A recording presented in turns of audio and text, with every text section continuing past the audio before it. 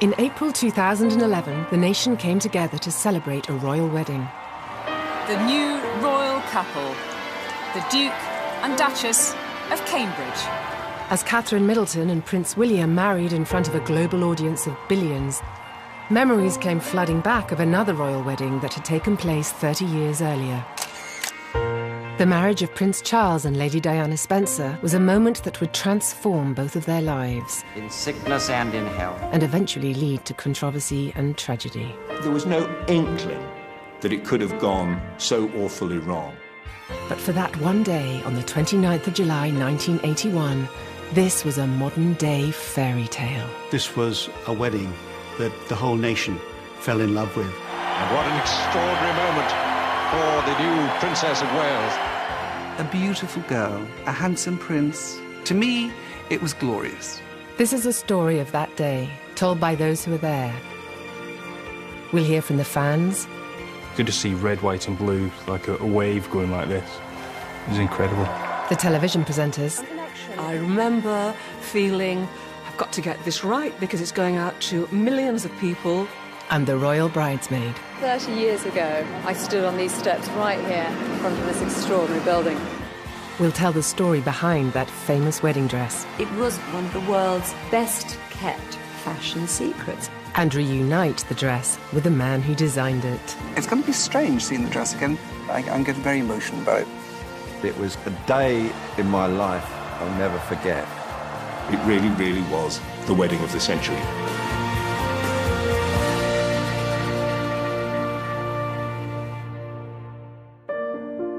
St. Paul's Cathedral, June 2011.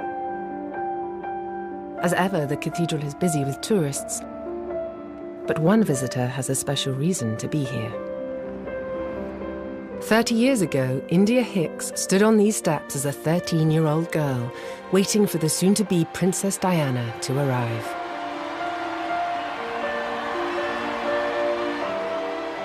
Today, India has flown to London from her home in the Bahamas to recall her memories of being royal bridesmaid for the wedding of the century. So it's extraordinary for me to think that 30 years ago, I stood on these steps right here in front of this extraordinary building. There was guards lining the stairs and stood here waiting for the carriage to come. And I think what was really amazing was to look up and see that all of these windows had people leaning out, Union Jacks everywhere, screaming, crying, excitement. Every single spot along here was just packed full of people. We could hear the carriage obviously drawing closer because the crowd was beginning to scream with anticipation.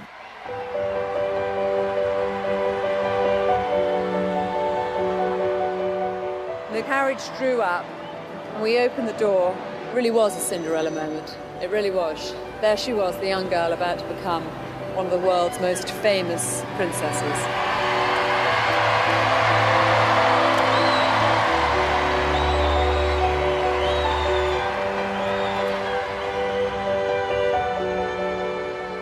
So how did this historic moment come about? And why did it capture the public's imagination in such a spectacular fashion? After all, at the start of 1981, the mood of the nation was far from joyous.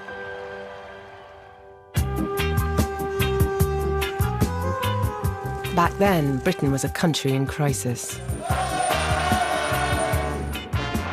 Unemployment figures were soaring, and strikes had brought the nation to its knees.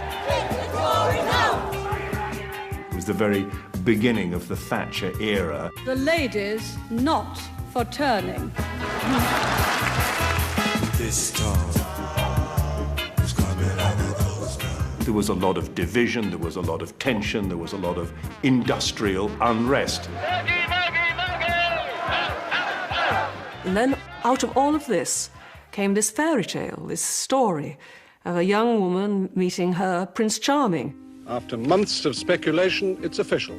Prince Charles is to marry Lady Diana Spencer. On the 24th of February 1981, the news came that the nation had been waiting for. Can you take us back to when you first met? If you can remember. Can you remember when you first met? Yes, certainly can. It was 1977. Charles came to stay as a friend of my Sister Sarah's, for a shoot.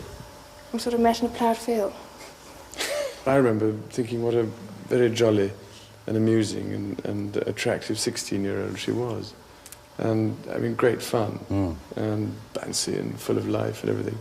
And I don't know what you thought of me. But... Pretty amazing.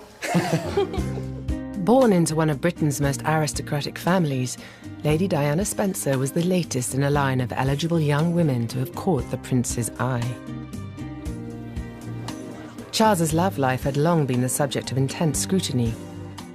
After what was thought to be a short-lived romance with Camilla Parker Bowles in the early 70s, he had dated a string of society beauties. He was drop-dead eligible, and we'd followed his peregrinations with women in Australia, in Britain, and all over for years. He was accompanied by very, very glamorous women, and everybody was waiting to find out who he was going to marry. In 1977, Charles began dating Lady Sarah Spencer. It was on a visit to the Spencer family home at Althorpe that he met his future bride, Sarah's younger sister, Diana. But it wasn't until the summer of 1980 that Diana and the prince became an item. It was the Sun's royal photographer, Arthur Edwards, who broke the story. I was told at a polo match that Prince Charles was there with a girl called Lady Diana Spencer. So when I saw this girl and she was wearing a D necklace, I thought that might be her. I said, "Are you Diana Spencer?" She said, "Yes." I said, "May I take a photograph, please?" She said, "Yes, of course." And then she posed that for me. She was just 19, and I remember thinking to myself, he's not running around with teenagers. Charles was 30 now. And then 2 months later, I'm up at Balmoral, and who do I see fishing on the riverbank? Prince Charles. And who's with him? Lady Diana Spencer. So, bosh, the old alarm bells went off. That was it. I knew then that this was the girl, because it had been kept so secret. It was the world's first glimpse of a shy young kindergarten assistant who would become one of the most famous women of the 20th century. And the beginning of a media obsession that continues to this day. She was demure and shy, and so we were intrigued and fascinated and wanted to know more and more and more about her. There was that incredible look that she had, which she carried right through her life, which was, you know, it was just the head slightly down, which of course the photographers absolutely loved. When you photographed her, I mean, one photographer described like a clap of thunder going off. When she smiled down your camera, you kind of knew you was in the paper.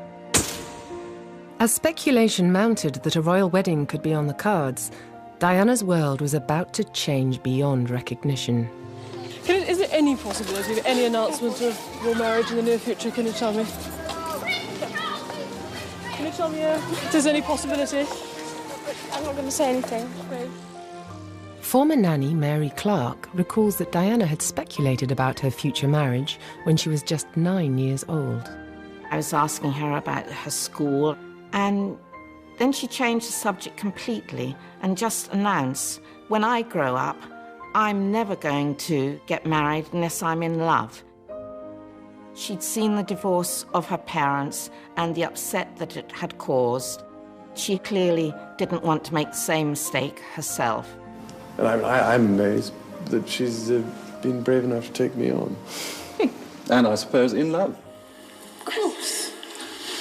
What does in love mean? 2 weeks after announcing their engagement, the new couple officially stepped out together, and the world was about to see a new side to the bride-to-be. The palace did not know in advance about the dress she chose to wear. It was off the shoulder, and by normal royal standards, it was fairly revealing. The then little-known husband and wife design team of Elizabeth and David Emanuel were behind the little black dress that hit the headlines. It was the first time she was seen with Prince Charles, and it caused a huge furore in the press. Up until then, we'd seen her as a very simple kindergarten teacher. But when that limousine pulled up, out stepped a movie star. Suddenly, he didn't have what the press called a shy die. He had this fabulous, glamorous woman. As preparations got underway for the wedding of the century, David Emanuel received a phone call he would never forget. Picked it up and said, would we do the honour of making her wedding gown? And, you know, it doesn't get better than that. Everyone was desperate to know the details of the dress, but the Emanuels were tight-lipped. Early days, from now till the end, to the day of the wedding, we'll be working on it. It was really one of the world's best-kept fashion secrets. They didn't let one detail slip. We would go and stand outside their salon and look at the windows, which were all blacked out. Elizabeth perfected an art of doing an interview and talking about the dress and not revealing a single detail. The Emanuels and their team worked day and night to create a fairy tale dress unlike anything that had been seen before. It was Scarlett O'Hara, it was Gone with the Wind, it was tight bodices, corsets and huge billowing skirts and silk handmade roses and antique lace. She loved it. It was dressing up time. It was like a little girl's dream of dressing up. The design required hundreds of meters of hand-woven silk taffeta, 10,000 mother-of-pearl sequins, and most famously of all, a 25-foot-long train. We said, I've looked up through the archives, and I think the largest train to date is 20 foot. So I said, well, that's kind of boring. Should we make it bigger? And she said, oh. I said, well, St. Paul's is huge. Okay, how 25? Yeah, okay, 25 foot. So that's how it, truly came about. But the worry was that the train would be too big for St. Paul's Cathedral. Elizabeth and I went in a taxi with a tape measure, and we measured the width of the aisle. We wanted it quite sweeping, but we didn't want to hit the seats on the way down. Well, I make it perhaps just a shade over 3 yards. With the wedding dress underway, the Emanuels turned their attention to the bridesmaids.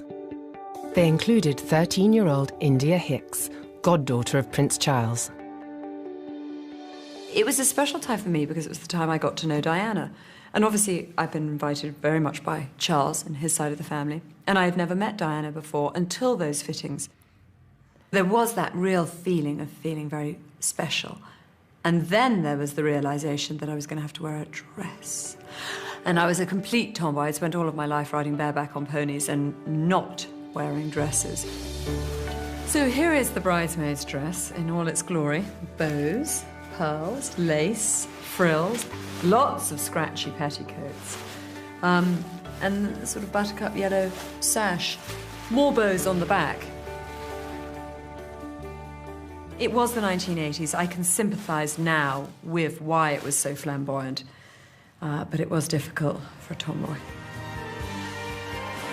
Next, as the big day arrives, Britain is gripped by wedding fever. I had an incredible feeling of a moment in history. And the bride-to-be finds an unusual way of conquering her pre-wedding nerves. Diana started to sing, and we all suddenly started to sing, and that was quite a surprising moment.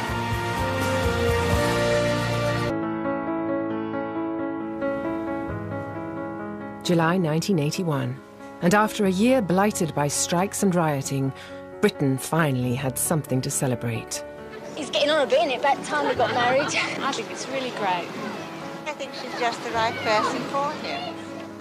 The marriage of Prince Charles and Lady Diana Spencer had captured the public's imagination, and as the big day approached, it was clear that something special was building. People love weddings, but this was a wedding that the whole nation fell in love with. Everyone seemed to think they knew Charles and Diana and were excited about it. Our Crown Prince marries beautiful, beautiful Diana. That whole summer we seemed to be floating on air. It was just, it was unbelievable. On July the 28th, the streets of London were already packed with revellers. As people bedded down for the night, the wedding of the century was just hours away. Good morning. Well, the big day has arrived. In 4 hours' time, Charles Philip Arthur George Mountbatten Windsor marries Diana Frances Spencer, and Britain and the world will celebrate the wedding of the Prince and Princess of Wales.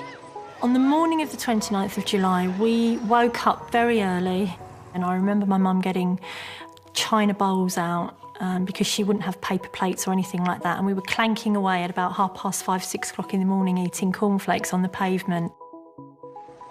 All a bit bruised, but nonetheless so excited, couldn't wait to see Princess Diana. Tim Hewitt was one of ITV's roving reporters on the Mall. I remember walking up the Mall with my camera crew, talking to people.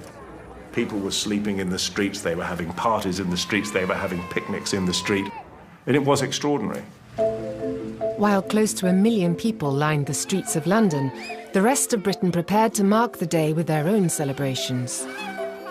Thousands of street parties took place across the country, as 28 million viewers settled down in front of their TV screens to watch events unfold. Presenting the royal wedding to one of the largest audiences in TV history was a daunting task, especially for a new recruit. I'd come down from Grampian Television as a young, fairly young reporter. And the first big thing that I was asked to do was the royal wedding. The wedding will be watched by the biggest audience in television history, 1/6 of the world's population. I was pitched in, right in at the deep end, and I remember feeling, I've got to get this right because it's going out to millions of people. I was madly trying to remember as many people as I could, just in case I got landed with one of those moments, you know, fill for a minute on what you can see in the monitor. ITV's man at St Paul's Cathedral was Martin Lewis. There's just a slight hint of pre-wedding nerves here. They're cleaning the front steps for what I think has got to be the 4th time in the last 10 minutes. What I was trying to do was to record, if you like, the minutiae of the preparations, to try to give people a feeling of everything that goes into the hours before it actually happens. Well, the people who are going to need very few souvenirs except their memories are the hundreds of people who have waited out here all night. It was one of the biggest news stories that you could imagine, and the effort that went into it from the television production side was enormous. More live pictures now as we go round our cameras at key points along the route, first to Clarence House and Leonard Parkin. Up here on the 3rd floor of Clarence House, in the guest suite above there, where there are troughs of geraniums, Lady Diana is getting ready. She's just peeped out of that bay window. Bridesmaid India Hicks was inside Clarence House that morning with Diana. Normally in a royal household, everything is very quiet, very calm. But I do remember a certain amount of mayhem in this, and I think that was because there were outside characters, the Emmanuels, for instance. Diana had a little TV on her dressing table, and the hair and makeup has been doing. We were watching it, and there were some guards, I think the Royal Welsh Guards were going past, and we go, oh, and there they were, looking out the window at Clarence House, and they were going down the Mall. She had insisted this little television screen was set up there. Prince Charles clasped Lady Diana's hand. And she was fascinated, of course, to see herself on it. So whenever anybody got in the way, she would say, no, no, move, move. Glued to the TV screen, Diana surprised everyone when the ads came on. It was at the time where there was that wonderful advertisement going on, just one cornetto. And Diana started to sing, and we all suddenly started to sing just one cornetto. And that was quite a surprising moment, and something that really has stuck out in my mind.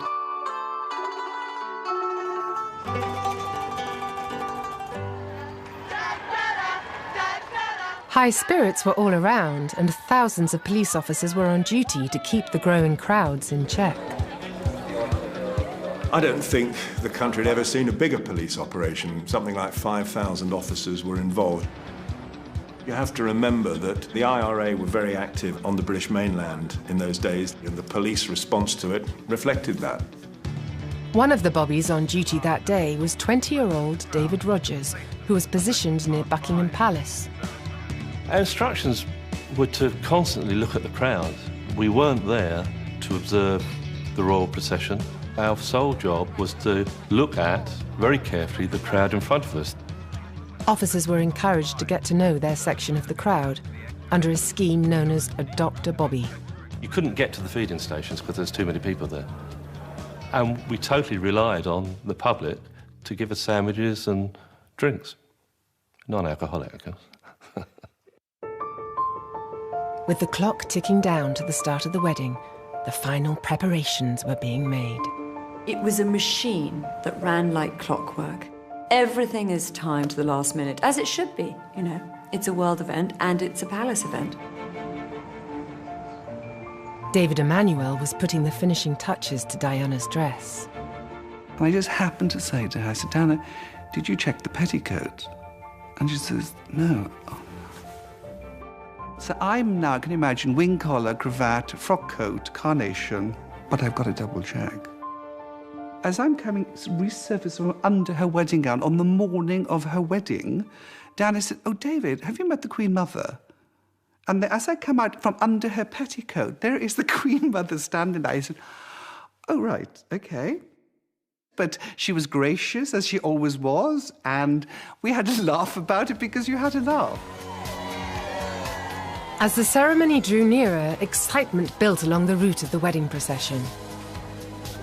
In a sea of red, white and blue, there was one face that caught the photographer's eye. Brian Balmer encapsulated the patriotism of the day. The Times would dub him the face of Britain. Different cameramen kept coming up, different radio interviews kept coming up. TV people came up just because of my painted face. How long did it take to get your makeup on this morning? This morning, well, did it in 2 stages this morning, roughly about an hour. An hour? Yeah. Is it worth it? Yeah, of course it is. Everything seemed to be like focused around me, and my friends were getting a bit fed up with this, but I stayed. The whole country at that time was whipped up with the idea of national pride in something that we could be proud of. The amount of flags around the country, not just on my face, but the amount of flags around the country was just unbelievable. Outside St. Paul's, photographers gathered to capture the guests as they arrived to take their seats in the cathedral. When most people get married, they get the family there. But with Prince Charles, he got the family there, and everybody that had anything to do with in his life. The policeman that used to guard him in Switzerland, his favourite comedian. Now, Harry, of course, this is your #1 fan getting married.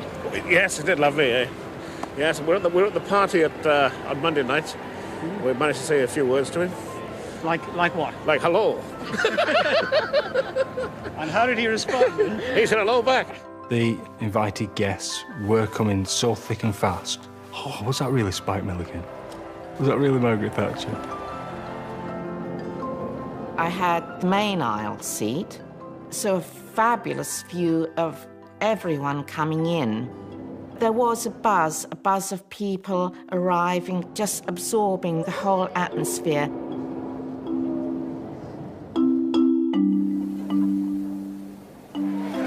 Finally, at 10:20, the royal family's carriages left for St. Paul's. When the procession obviously left Buckingham Palace, down the Mall, the noise was incredible. Everybody that came out that we recognised got a massive cheer. I just felt, gosh, what I wouldn't give to live that life.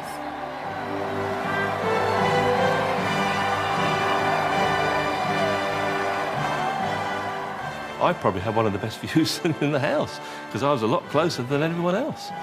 Unfortunately, of course, I was told to look at the crowd and not the other way.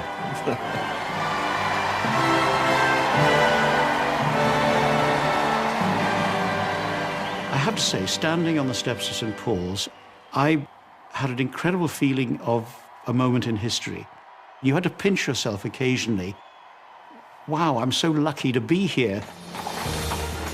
Just after 10:30, waiting fans had their first glimpse of the bride as she left for the cathedral in a glass wedding coach. Diana's father got into the carriage. Diana then had to get into the carriage. But before we had sort of folding sheets, 25 foot. It was so much fabric. We was kind of stuffing it in the end. I'm thinking, Lordy Lord, what is going to come out the other end, you know? But and then she drove off. As the royal family took their seats, the world was just minutes away from the wedding of the century. All that remained was for the bride to arrive. Still to come, last-minute nerves for the designers of the dress. There is the entire royal family. That's the only time I got nervous. And the fashion secret that would go down in history. I mean, this was the dress to end all dresses.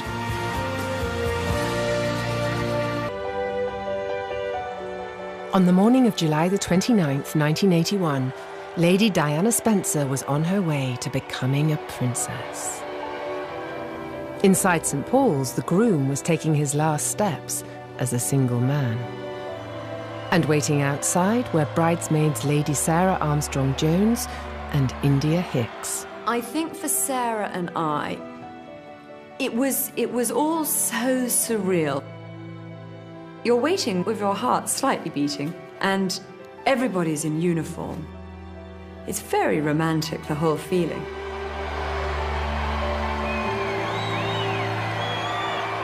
The carriage drew up. I mean, it really was a Cinderella moment. You know, there is a glass carriage, for God's sakes, with horses. Britain's biggest ever fashion secret was about to be revealed with the debut of the dress. We stood exactly on cue where we were told to stand, and there is the entire British royal family. That's the only time I got nervous. And that's when I thought, oh God, I hope they like it.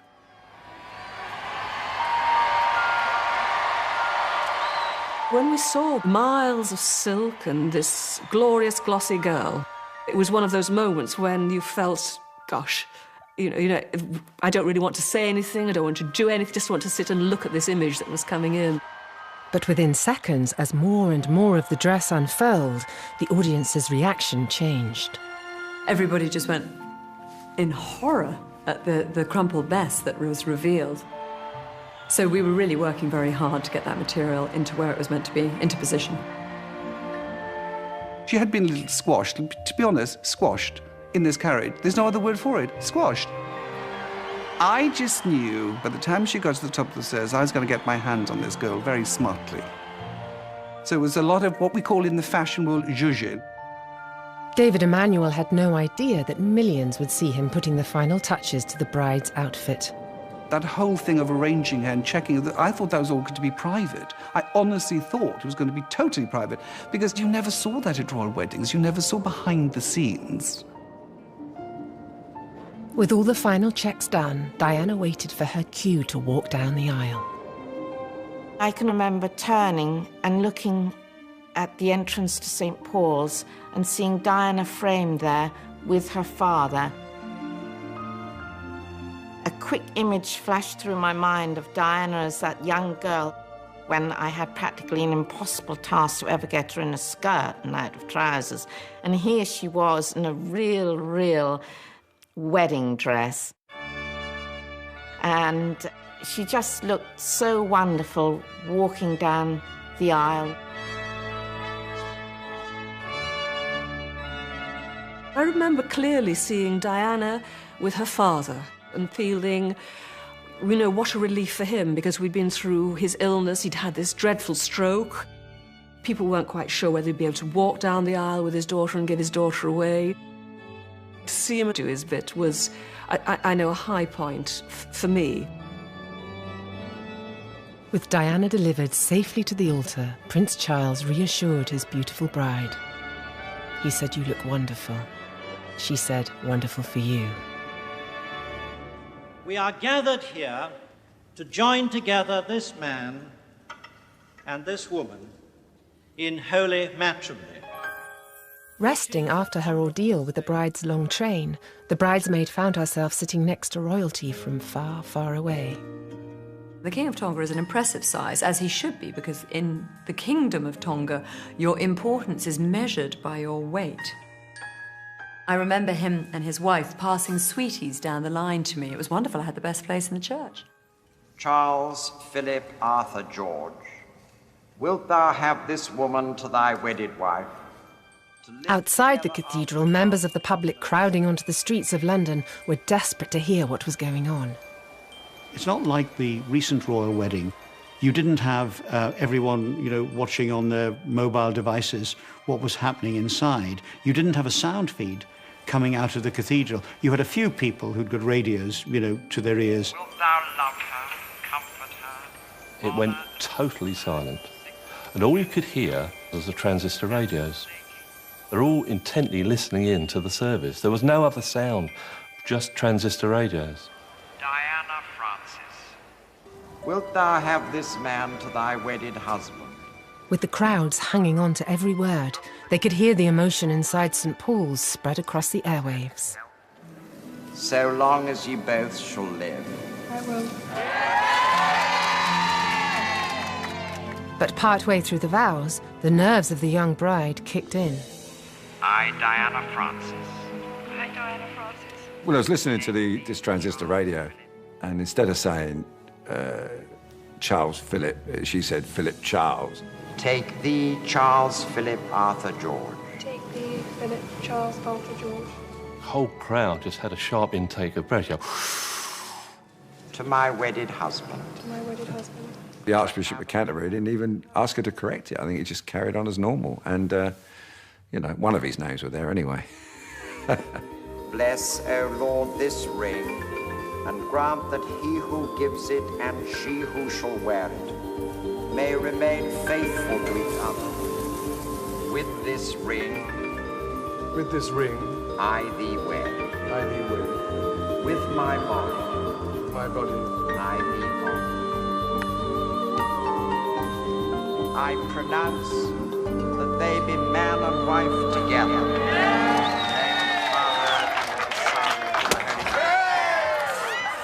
It was a chance for people to be taken out of themselves into what was almost a fairy tale world.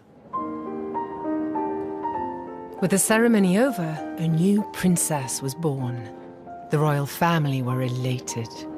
The Queen Mother looked so proud of Charles as he walked past her, because, you know, he was her favourite. And she was beaming with pride, the Queen was beaming with pride, and, you know, we thought this marriage would last forever. I thought, there she goes on the way to a completely different life, to anything that she's ever experienced before. She was now part of the royal family. The moment that they stepped out, then everyone was pushing forward, then everyone was trying to create an interview, and the crowd again just erupted. One person with a bird's-eye view of the newlyweds was royal photographer Arthur Edwards, who was on top of a nearby building. As she walked down the steps, then I noticed this train. I suddenly realised that this was the right position. And of course, I got this picture, which you know, got hugely published in the paper the next day. What made it was the headline above the picture was the train now standing at St. Paul's. Amid euphoric scenes, the fairy tale prince and princess set off back to the palace.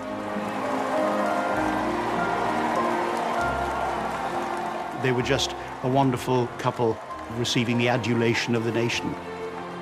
In a sense, it was a dream for her and all the, particularly the ladies who were lining the route.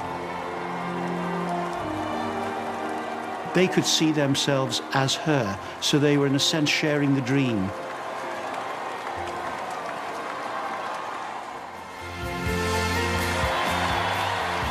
Coming up, a moment in history that would flash around the world. Everybody just desperately wanted them to kiss. When they did, everybody cheered. That's what everybody's been waiting for. And David Emmanuel is reunited with his fairy tale creation. This is it. Oh, wow. This brings back a few memories.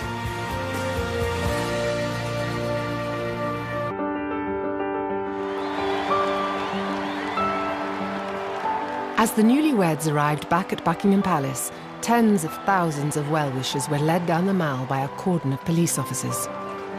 I thought this was amazing. I thought it was an impromptu thing. In hindsight, it ought to have been well planned, because we were just told when the crowd comes up to where you are, you join the front where the police officers are. So we were probably 5, 6, 7 deep, probably deeper than that.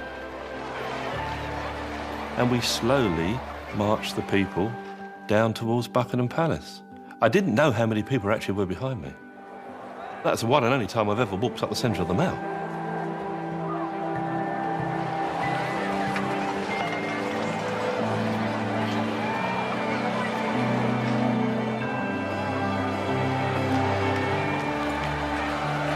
See this sea of humanity coming through. Of course, we'd never seen that before. It's the first time. We were all absolutely amazed at it, to see so many people out on the streets moving so harmoniously towards the palace. The tension was rising, everybody was excited.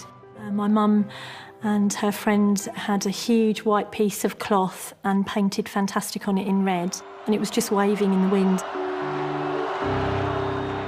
I remember thinking, any minute now, I'm going to see Princess Diana, and that was the most exciting thing. We just wanted to see her, absolutely so excited.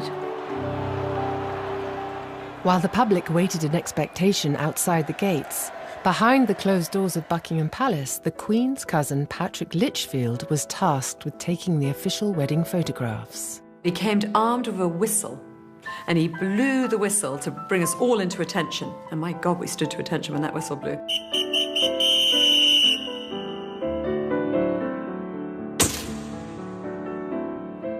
Andrew started to tell appalling jokes. I can't remember quite how filthy they were, but I'm sure they were fairly filthy.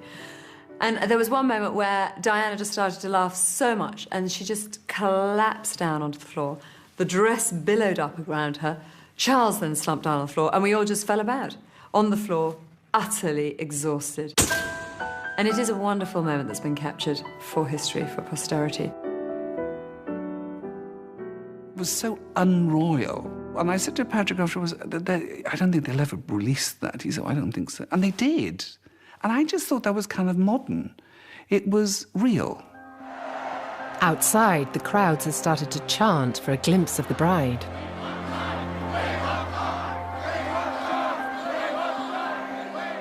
On the Victoria Memorial, photographers were poised to capture the image of the day. Finally, at 1:15, Charles and Diana stepped out onto the most famous balcony in the world.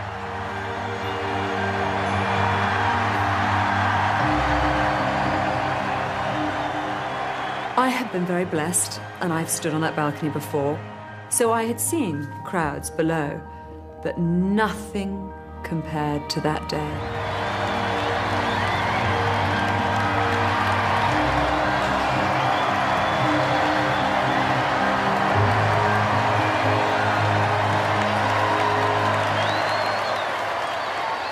It's the one moment where we really all connect.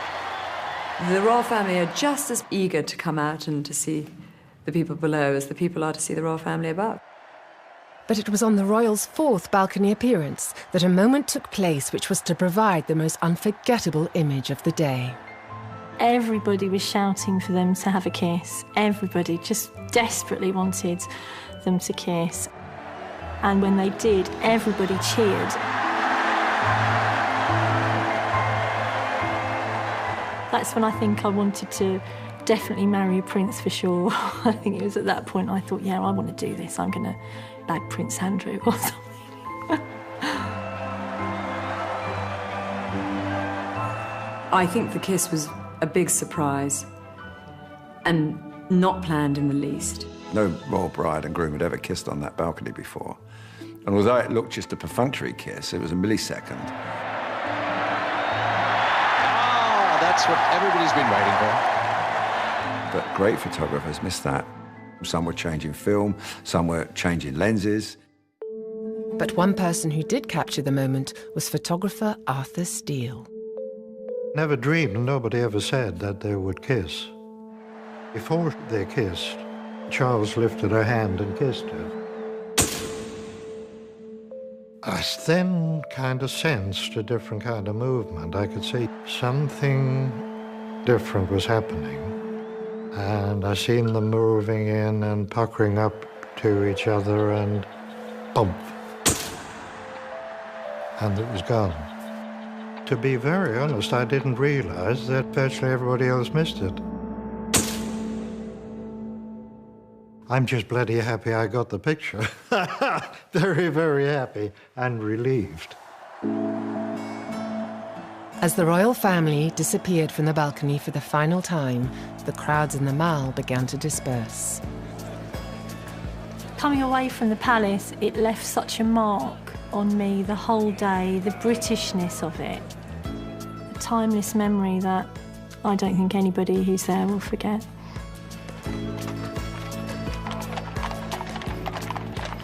Bearing in mind, I've been on my feet now since about 5:30 in the morning. We just laid down in St James's Park. That was the first time I'd sat down at all for the whole day.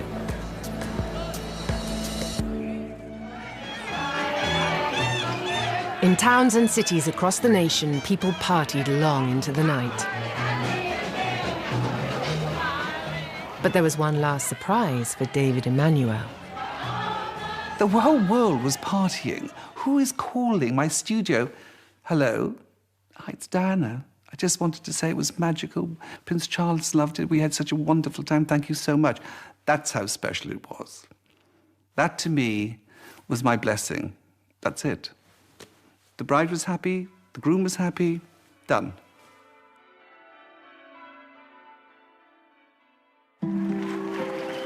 May we see your son, Your Royal Highness? Within a year of the wedding, Prince William was welcomed into the world. Followed 2 years later by Prince Harry. Everyone thought the future of the royal family was secure. Obviously, it looked as if it was going to be such a perfect marriage, didn't it? There was no inkling that it could have gone the way it went. So awfully wrong. Announcements by the Prime Minister and by Buckingham Palace made it official today, ending months of speculation. The Prince and Princess of Wales are to separate. We have reports from Paris that Diana, Princess of Wales, has been killed in a car accident. Like everyone, when I heard that Diana had died, I was absolutely shocked and felt the waste of this young life. Yes, it was a huge loss. Everybody knew so much about her through the media that they knew her better than the neighbours who lived 2 doors down the road. I went to St James's Palace and I left some flowers there, and I just sat for a while afterwards just to reflect on the royal wedding day, really. Just really sad for a young woman to leave 2 children behind. Very, very sad.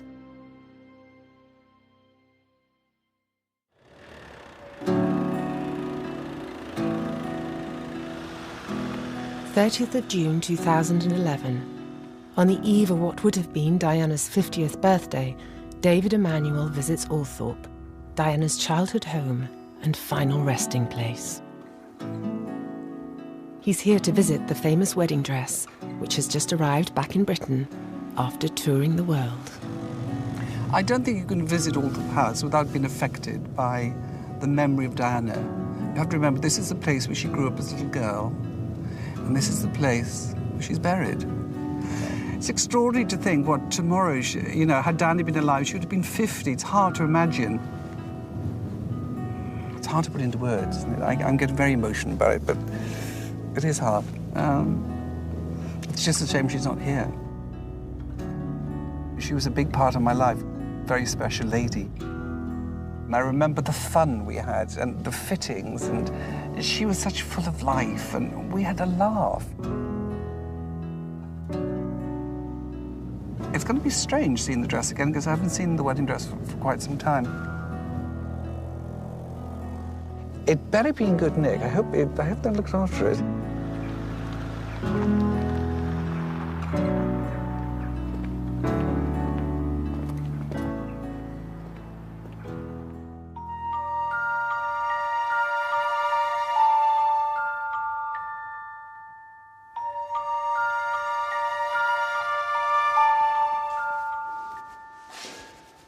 Ah, this is it. Oh, wow. This brings back a few memories. Well, the good news, it's still sparkling. We like the sparkle. When I look at this, I can picture her on her wedding day. It was like she put it on yesterday. It's bizarre. She was so happy on that day. You can't take that away. This girl was so passionately in love. They said that she was, you know, a fairy tale princess, and she was.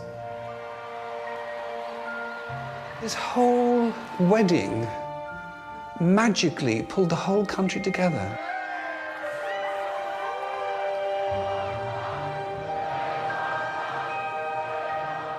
It's hard to believe. It's all because of her. Everybody loved her, you see. It was just one of those days when you felt everything was right, everything came together perfectly. I'm enormously proud to have been a part of that wedding and to have been a little bit of history. I've never seen anything before or since that's got the nation so involved. It was a 1 in a million day, 1 in a billion day, which I'll never forget. That image of her in this dress will last forever.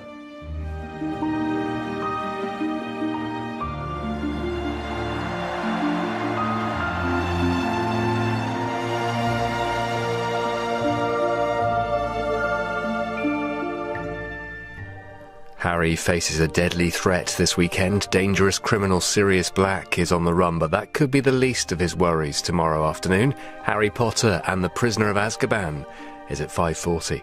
Tonight's movie, though, sees Sly Stallone and Julianne Moore star in Assassins after the news.